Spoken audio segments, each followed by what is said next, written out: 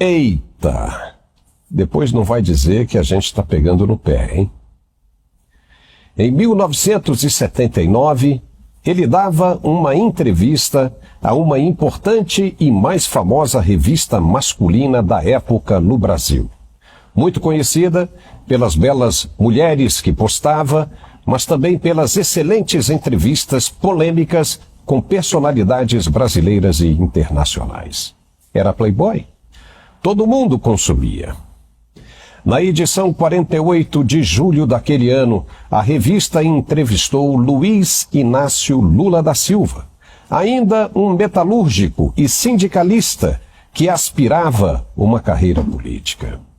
No controverso bate-papo, Lula disse ser um admirador de Mao Tse-tung, líder comunista que governou a China de 49 até 76.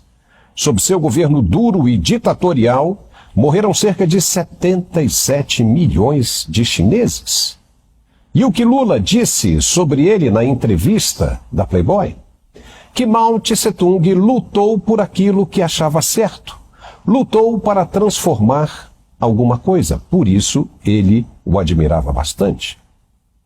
Um cara que mandou matar 77 milhões de pessoas? Outro que Lula disse ter sua admiração foi o argentino e guerrilheiro Ernesto Che Guevara. Lula disse que o admirava muito porque ele dedicou inteiramente a sua causa. E essa dedicação era o que fazia ele admirar um homem.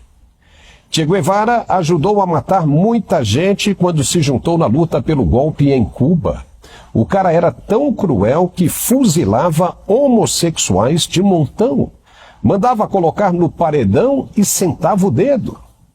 A revista foi além e perguntou: quem mais? E ele, Lula, disse o que ninguém esperava que um homem pudesse dizer. O hoje presidente do Brasil respondeu que admirava Adolf Hitler, responsável pelo extermínio de 2/3 dos judeus pelo mundo, no que ficou conhecido como o Holocausto. Lula disse, aspas, o Hitler, mesmo errado, tinha aquilo que eu admiro num homem. O fogo de se propor a fazer alguma coisa e tentar fazer. Fecha aspas. Propor uma coisa, matar judeus e tentar fazer? Matou mais de 6 milhões de judeus? É isso que o presidente brasileiro admirava? No alemão? No austríaco alemão? Veja que desde essa época, o cara já mostrava o antissemitismo, o sentimento podre dele com relação a esse capítulo triste e repugnante da nossa história moderna. É impressionante. O cara faz viagem internacional o tempo todo e não para de falar bobagens, principalmente sobre o conflito na faixa de Gaza. Não é de hoje que estamos alertando sobre isso. Deixar ele falar de improviso dá errado, muito errado. Não se sabe se é porque ele está ficando velho demais, gagá, ou se é mesmo por ignorância. Mas ficar falando de uma situação em que ele não vai ter benefício nenhum é burrice de berço. Fica quieto. Já falamos por aqui. Isso é complicado demais. Não se toca em holocausto em momento algum, senão para homenagear e relembrar as vítimas dessa crueldade humana. Se não tem o que dizer, que não abra a boca. E se tem a necessidade de falar alguma coisa, que fale sobre qualquer coisa insignificante do mundo. Até mesmo que o Botafogo perdeu de virada para o Vasco no fim de semana. Mas teve gol de bicicleta, hein? Mas nunca toque naquilo que fere os sentimentos históricos de uma nação sofrida. Nunca.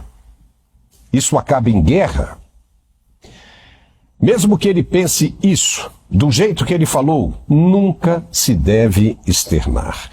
Que fale com sua esposa, no banheiro, na hora de suas necessidades orgânicas, com os familiares, amigos, mas nunca em público. Da maneira como ele falou, isso dá merda e das grandes. O Planalto, na pessoa do ministro Paulo Pimenta, da Secretaria de Comunicação, soltou uma nota nesta segunda-feira tentando pôr panos quentes na declaração do presidente despreparado. Disse que Lula reconheceu os atos terroristas do Hamas e fez declarações públicas sobre isso. Mas nem de longe foi assim. No dia do atentado e nos outros que se seguiram, o presidente Lula e o Itamaraty se recusaram a reconhecer o Hamas como grupo terrorista.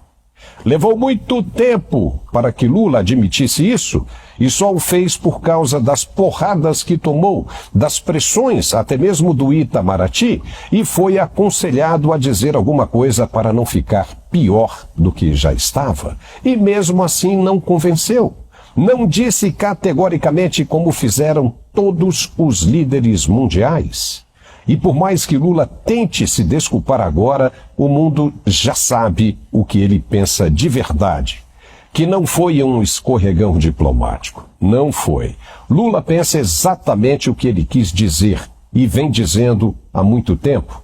Veja que desde 1979 ele já demonstrava o lado da história que resolveu escolher. Quando você pensa que a cabeça do indivíduo pode ter mudado com o tempo, que a entrevista foi lá atrás e coisa e tal, aí você descobre que não. O cara mostra que até hoje pensa do mesmo jeito.